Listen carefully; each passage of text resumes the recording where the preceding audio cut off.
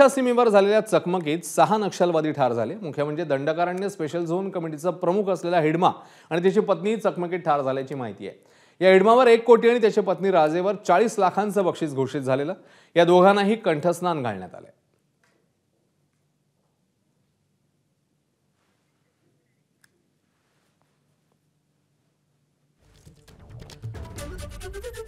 हिडमाचा जन्म 1981 मध्ये छत्तीसगडच्या सुकुमात झालेला।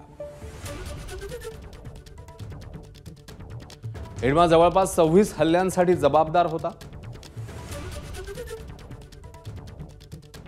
माओवाद्यांच्या सर्वात खतरनाक पीएनजी बटालियन नंबर 1 चा तो प्रमुख होता।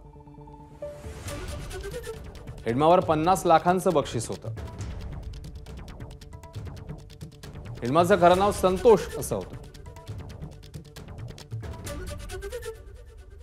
हिडमाने 150 पेक्षा जास्त पोलीस आणि सीआरपीएफ जवानांची हत्या केली आहे।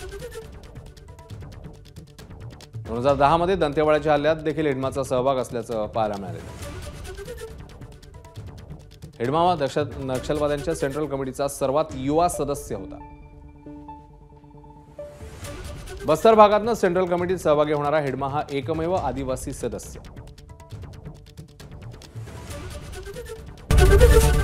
एबीपी माझा, उघडा डोळे बघा नीट।